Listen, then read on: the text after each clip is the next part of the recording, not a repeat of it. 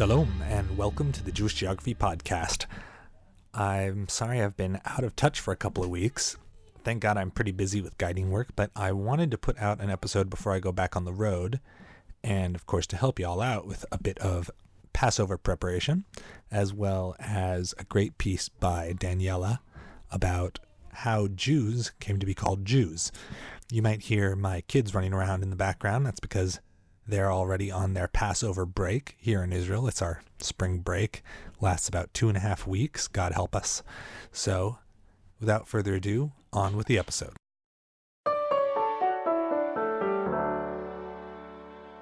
There's a story about the woman who, every week for Shabbat, she would make a roast. And before putting the roast in the oven, she would cut the ends off.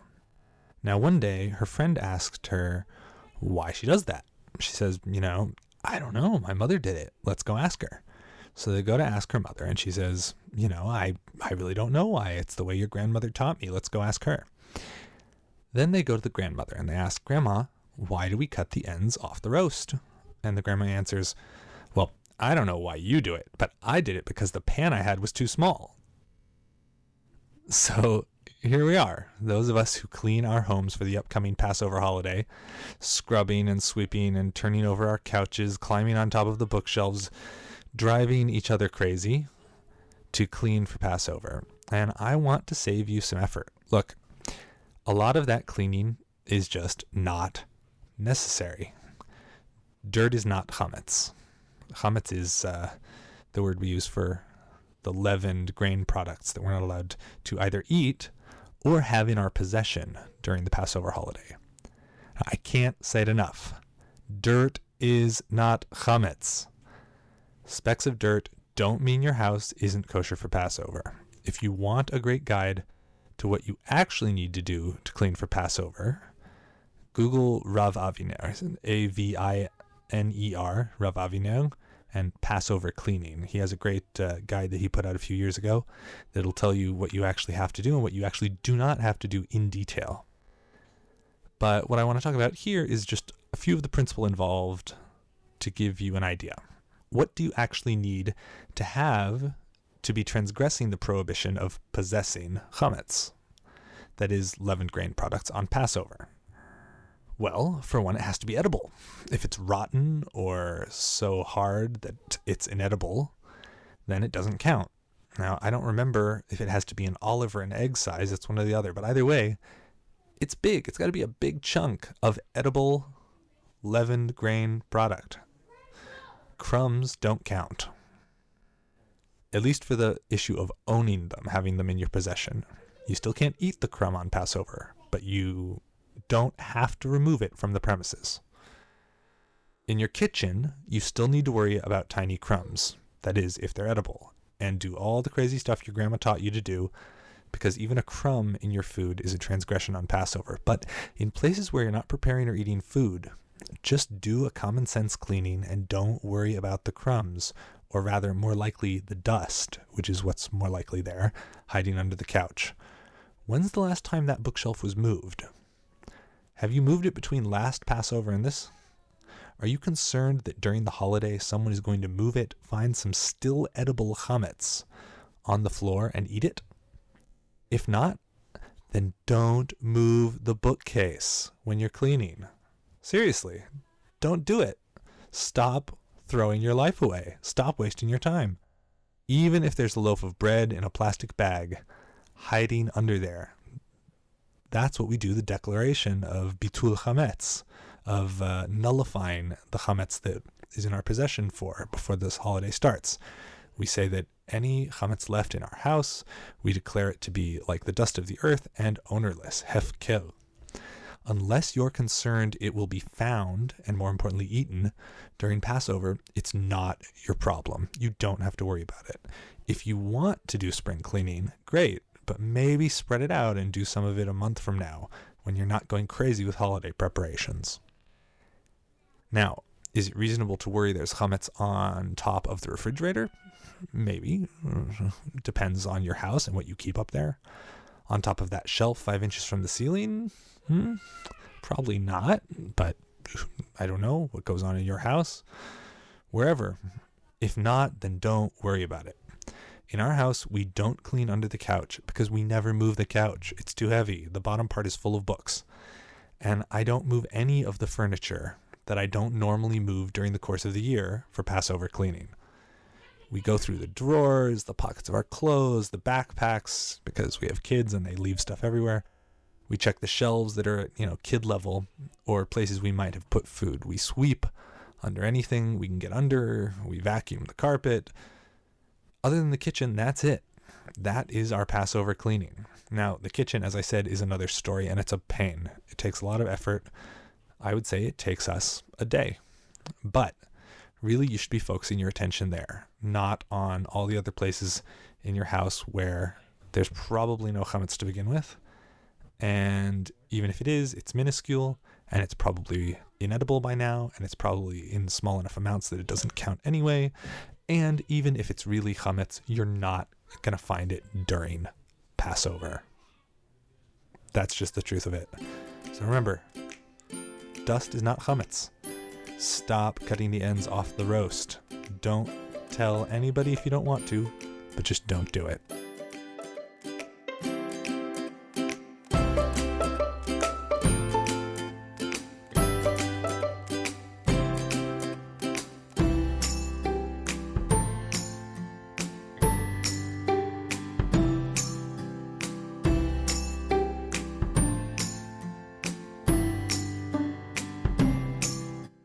Years ago, when you visited here for the first time, as we were driving past the checkpoint, I said, "Welcome to Judea," which I believe is Latin for Jewland. "Really?" you said. "Well, yes, sort of," I responded. I don't remember how much of the historical background I explained to you, or how much you already know, but it occurs to me that it is pretty confusing. Why were our ancestors referred to as Hebrews in the Bible? What about Israelites? When were we called Jews, and why? The Hebrews.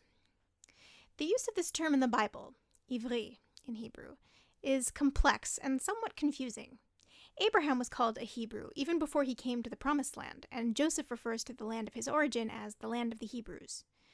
The Hebrew root ein bet resh indicates movement or passage, so the theory is that this term means roughly that guy from way over there across the desert. But the term was not only applied to the descendants of Jacob. If Abraham was an Ivri, and Ishmael was his son, his descendants would be Ivrim too. Same goes for the descendants of Abraham's cousin Lot, Ammon and Moab, and of Isaac's other son Esav, the Edomites. Over time, however, the term Hebrew became associated specifically with Israelites. My completely unprofessional theory is that this is because of their status as strangers in Egypt. No one would call you Josep the Catalan in Catalonia. They would call you that if you lived in Castile or France or Italy.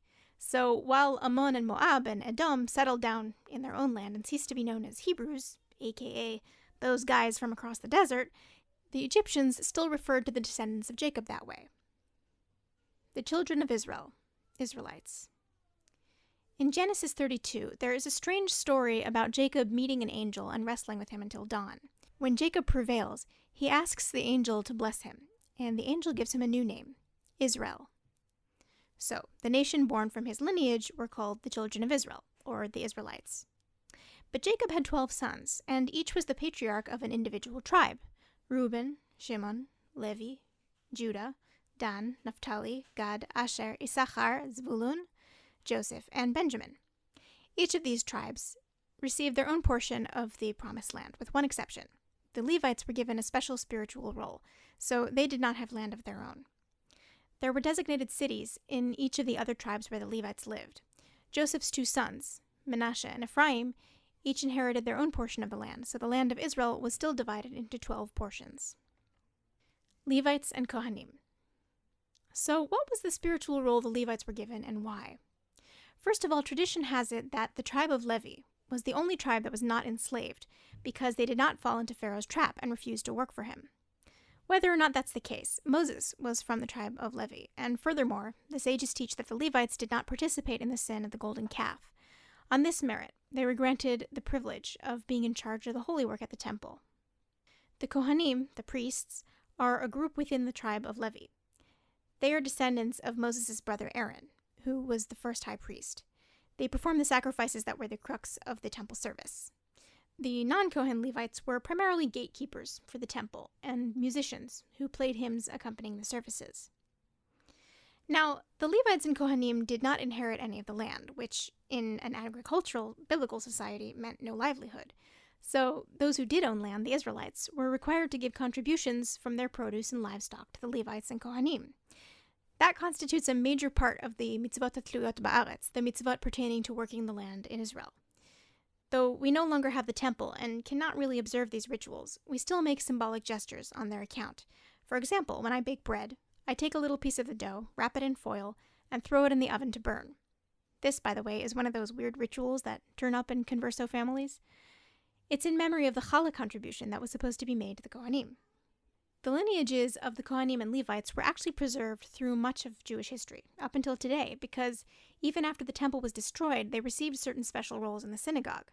That's why, during the Middle Ages and Renaissance periods, when people started adopting surnames, so many Jews became some version of Kohen or Levi. While Judaism is passed only through the mother, the tribal lineage always passed through the father, and in all European cultures, so does the surname. Eventually, don't get me started on your inordinately confusing naming customs in Iberia. So, while a Kohanic or Levite surname does not necessarily indicate those lineages, it very often does. Believe it or not, genetic research identified a particular pattern on the Y chromosome that is common to most Jews with the tradition of a Kohanic lineage. They call it the Cohen model haplotype, and I have no idea if I'm pronouncing that correctly. And yes, to answer your next question, Eitan's family does have a tradition of being descendant from Levites. The kingdom splits. So, Joshua conquers the land, everybody settles in their portion, and all is well and good. Okay, no, actually it totally isn't, but I'm not going to recount the entire first section of prophets here. Fast forward to King Solomon's death. There is a dispute over who is the rightful heir to the kingdom, and at that point, the kingdom splits in two. It is now divided into the kingdom of Judah, which includes the portions of Judah and Benjamin, and the kingdom of Israel, which includes all the other tribes.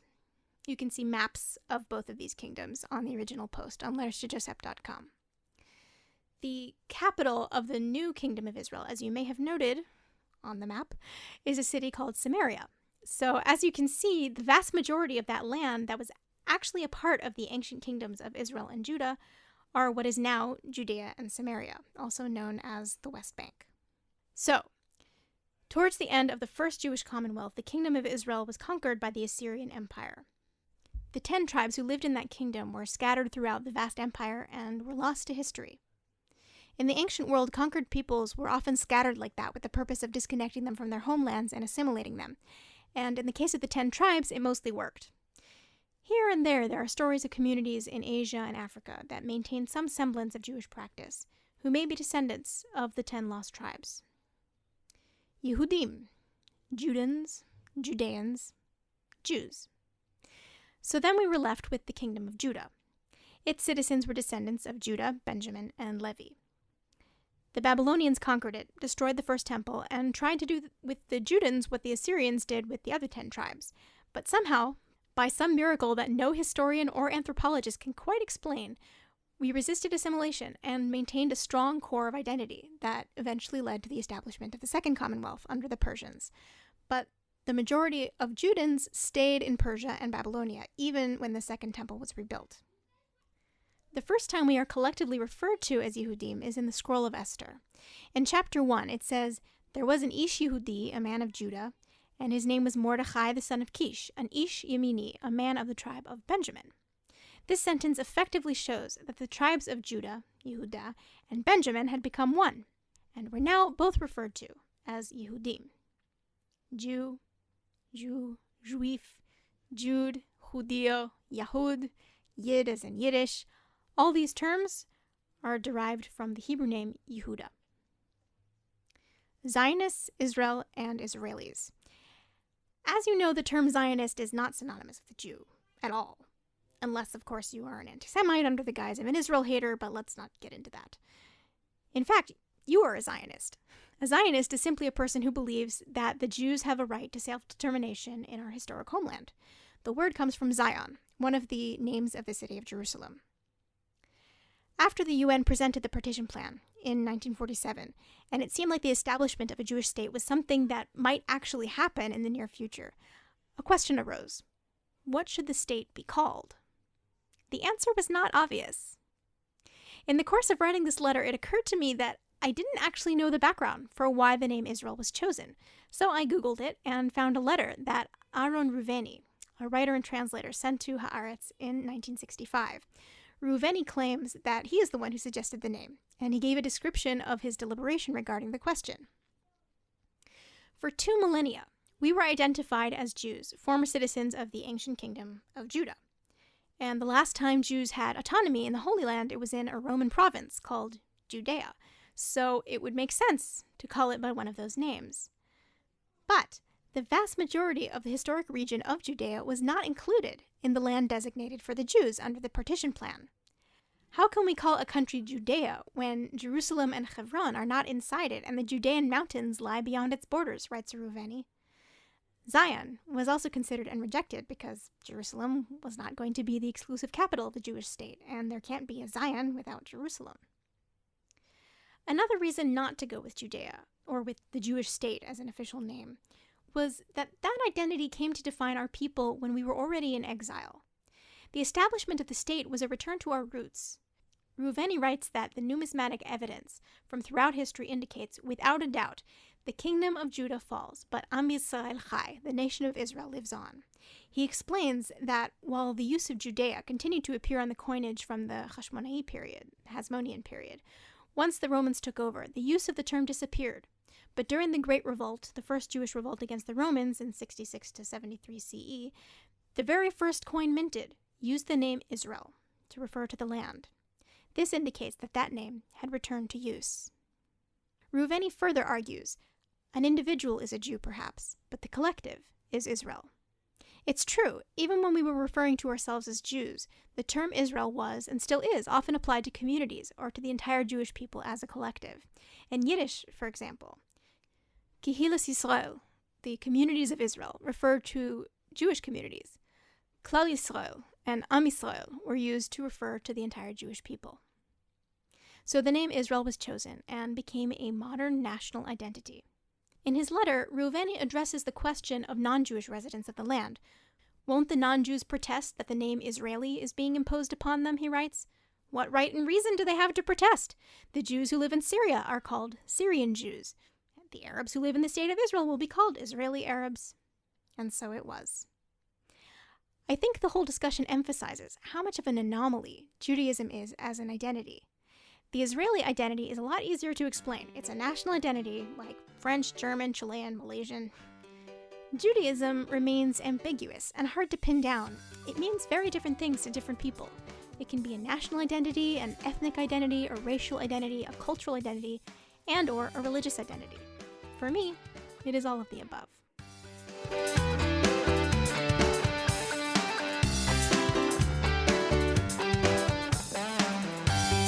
Wow, right? She really has an amazing talent for putting together these concepts in a way that's sort of fun and interesting, and it really draws you in. So we got enough feedback on Daniella's blog on letterstojosep.com of people that wanted all that material put together in a sort of orderly fashion, edited, and to be able to find the information they wanted easily. So Letters to Josep, the book, is now on sale. So you can go to letterstojosep.com and click on the links to the book, or you can search for it on Amazon, and you can order it today. Letters to Josep, the book, letterstojosep.com. You can order it in physical form on Amazon. You can order it as a Kindle book, and pretty soon, probably in a month or two, it'll be available also as an audiobook. So stay tuned for that. I want to apologize for the first section of the show, the audio quality. I had a little bit of a technical difficulty, but I don't have time to go back and re-record all of that, so apologize. And in the meantime, I hope that just as the Jewish people have now returned home to a state of true freedom, of self-determination in our own land, that when we go into next week, the preparation for Pesach, we should all feel the connection between that ancient past and our present and our moving forward to the ultimate redemption. May it be soon and in our days.